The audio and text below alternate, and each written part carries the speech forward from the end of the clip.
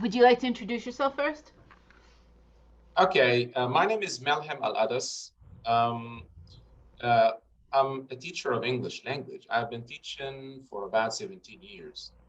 And for now, I'm living in Istanbul. I was born and raised in Damascus, Syria. And I started my career, I say I've been teaching for 17 years. So you can say like 2003, I started my career as a novice teacher in the beginning. uh, let's say, driven by the motivation of being a professional teacher. And here I am today, Cambridge trainer, certified Cambridge trainer, and also an instructor in a decent institution in Istanbul. So this is briefly about me. Okay. And I'll want to find out more about the Cambridge certification. But earlier, before we started, I was telling you that I live in Massachusetts, and you said it was a really difficult word for English Massachusetts, right? speakers. And so I'll tell you that it is not an English word, it's actually a Native American word. That's what we call people that were here before all of the Europeans came. Um, we did call them Indians, but that's really not correct because those are the people that live in India.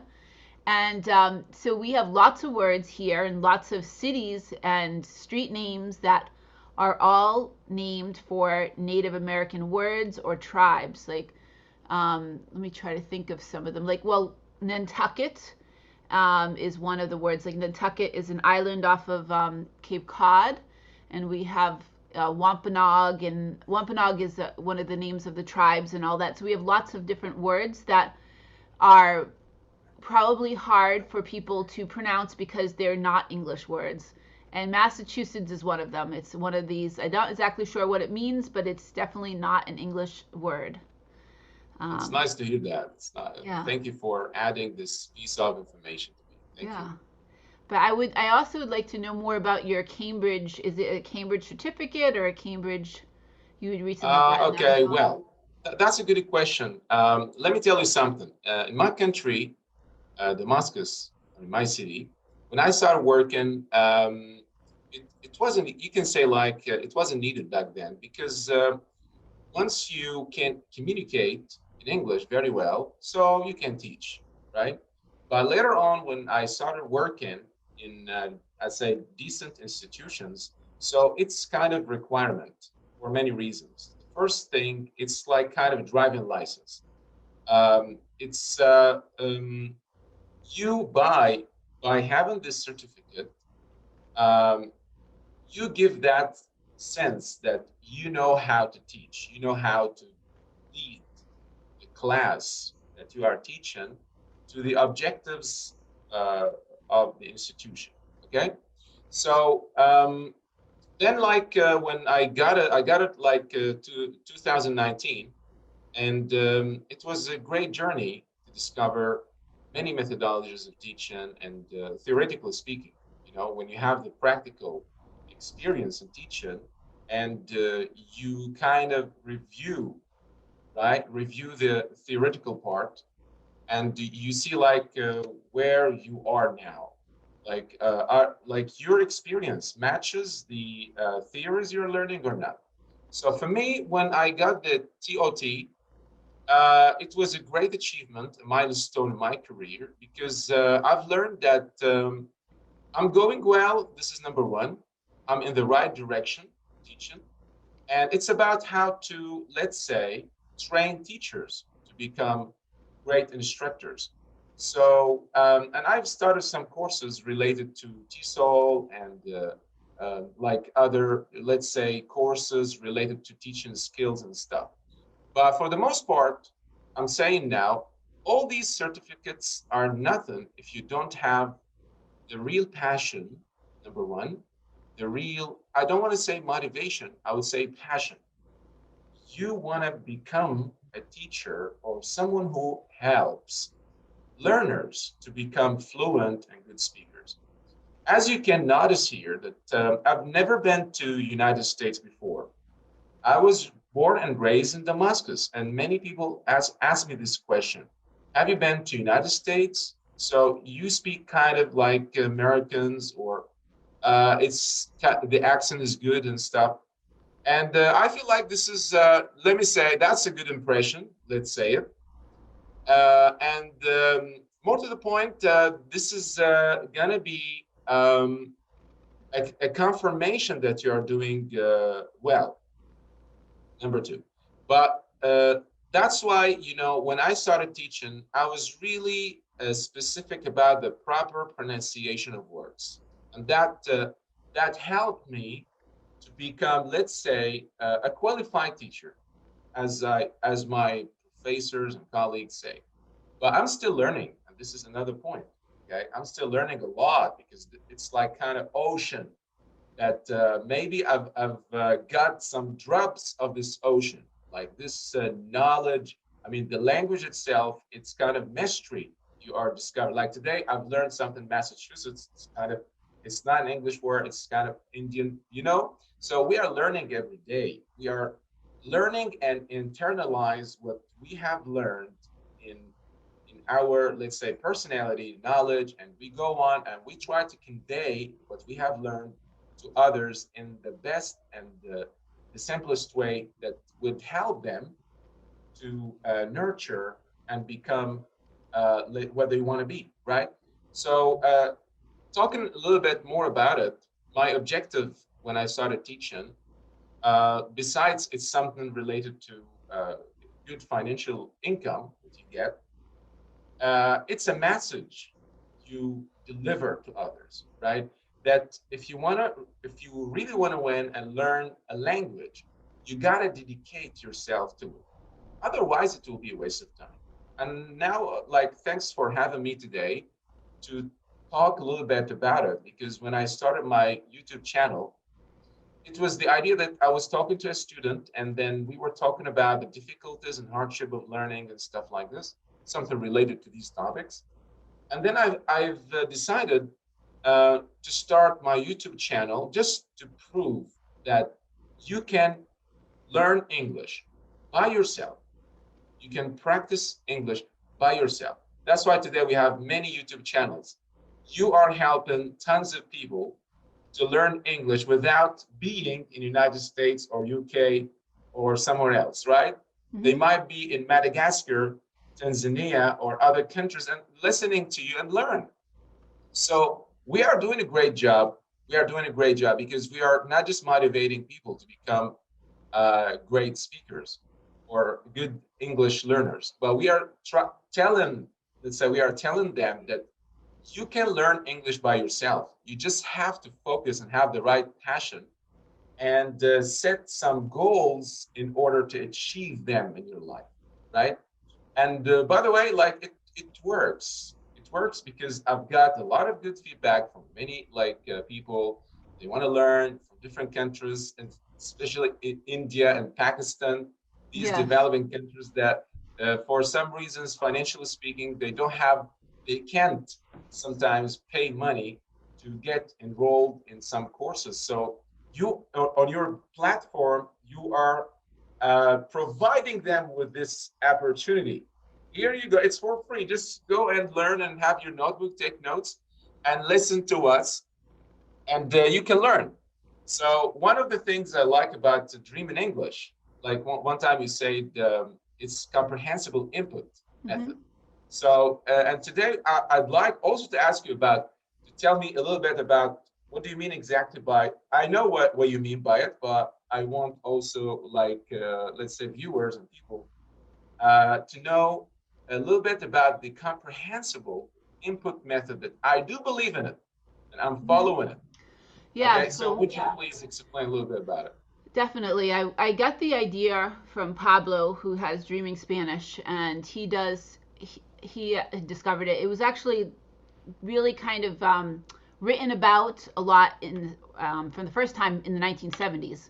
And it was some professor, I'm not sure if he was from Harvard, but he wrote about this idea. It had already been kind of an idea that had been going around from different people that are English teachers, but he actually wrote extensively about it. And the idea was to teach in a way where you could teach somebody that didn't have any knowledge of the language, but you would use very simple language, but you would also draw pictures and you would use your hands to really kind of convey, like, I told you, I was looking, and just trying to use your hands and drawing pictures and making it very easy for someone that had no knowledge of the language, that they could actually just watch and listen and they would be able to understand.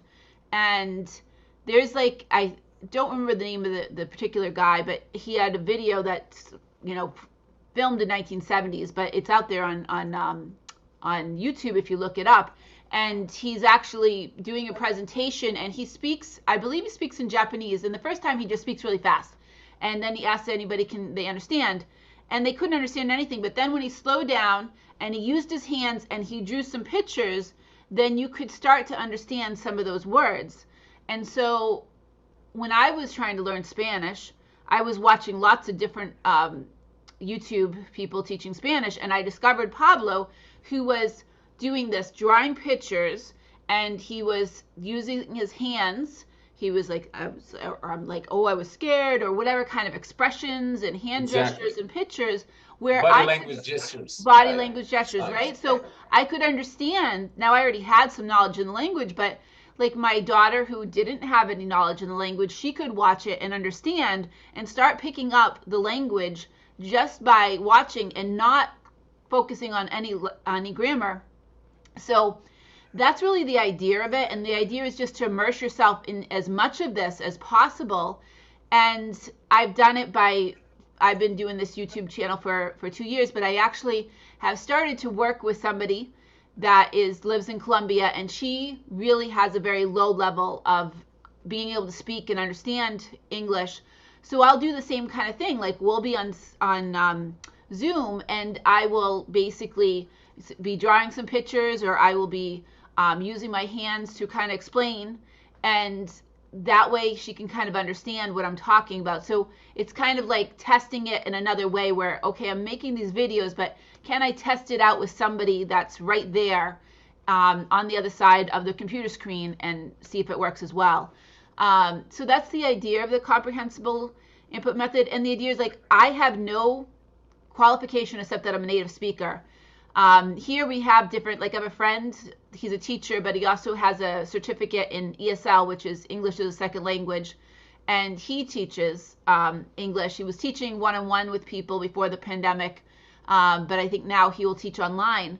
And I have no qualification except for that I'm the native speaker, but I think that does make me qualified, because I learned just the way we all learn our own native language, where we learned from just listening to people and watching people as we were growing up. And I think that I can teach people in this way, without any grammar. Now, I'm not saying grammar is not important, because if you're taking those tests, the IEL, what does it stand for? I can't remember.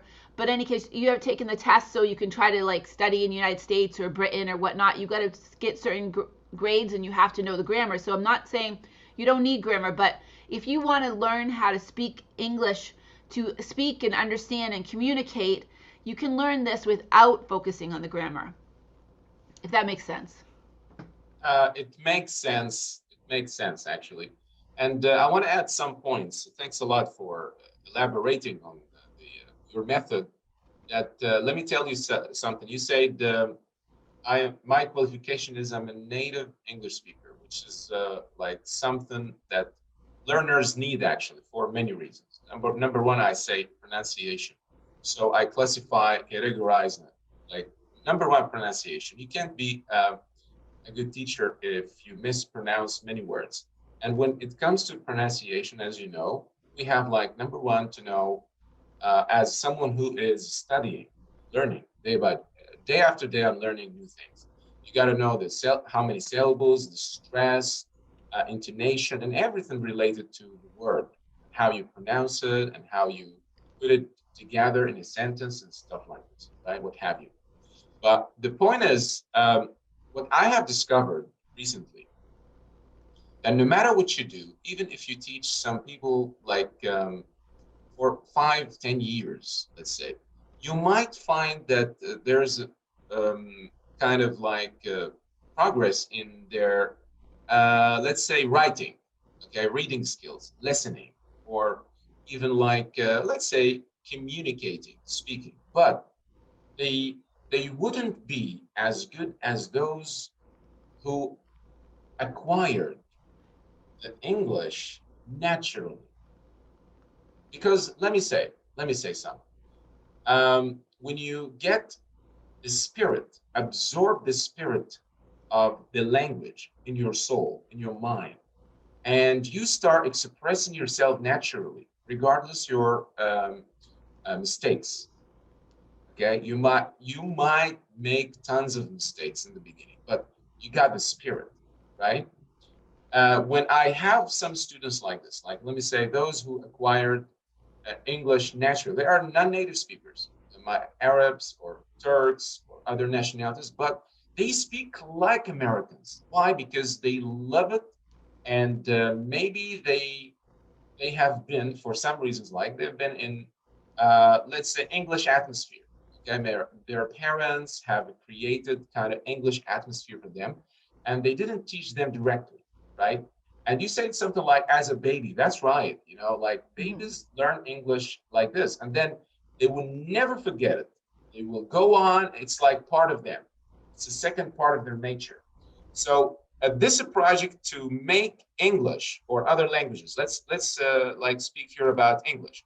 To make English as a second part of someone's nature, that person wasn't born, raised in any native English speaking countries, and he becomes a non-native speaker like that. It's even hard for Americans to differentiate that, are you American or are you not? They don't know actually, because it's kind of like vague for them to know exactly. Because the United States, there are a lot of nationalities and they speak it like English very well.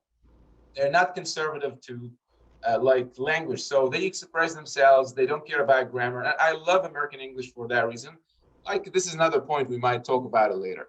But the thing here, that when you add this quality to those learners and make them native speaker like, and you create the right atmosphere for them to learn English as natural as native speakers, this is a great achievement as an educator. This is like kind of miracle. I call it a miracle, that because you know what, like your daughter learned English because of you. That like you've been talking to her a lot, that she acquired naturally, right? But for those people, like in my case, I was born and raised in Damascus. Uh, my parents were speaking Arabic to me, right? And so how come one of the professors in the United States, another, like I had an interview with her, she asked me this question, like, how did you learn? Just she wanted to know, because she watched the channel and she loved one of the videos, and she called me. She said, how did you learn? And I told her, okay, I don't know. And that's, I don't know, means there is no specific method, or like I wasn't thinking strategically to learn the language. I just loved it, number one. Number two, I found myself crazy about it. I just want to learn it. I like the sounds, the things. I heard some English songs, so I want to know what the meanings, and I was chasing and following up everything. So I was crazy about learning, and I was obsessed to know every single detail myself. No teachers, right? So, and then day by day, I've become like this, and more to the point, one time, I was dreaming in English. So I reached this level of dreaming in English, which is not my L1, my mother tongue language. It's something different. And when I'm talking to you now, like I'm a different person. Okay. And when I speak to Arabs, I'm a different person, the same mentality, but different way, the different way of explaining, expressing the cultural thing, the spiritual thing, that it's kind of, I call it a miracle, because learning a language, a new language, is a miracle. Okay. It's not about being smart or not. Like, I'm not talking here like if you learn another language, you are smart. It's not about this at all. It's something different, but it's a miracle because you are learning. I'm talking about the accent, the intonation, the way you are speaking.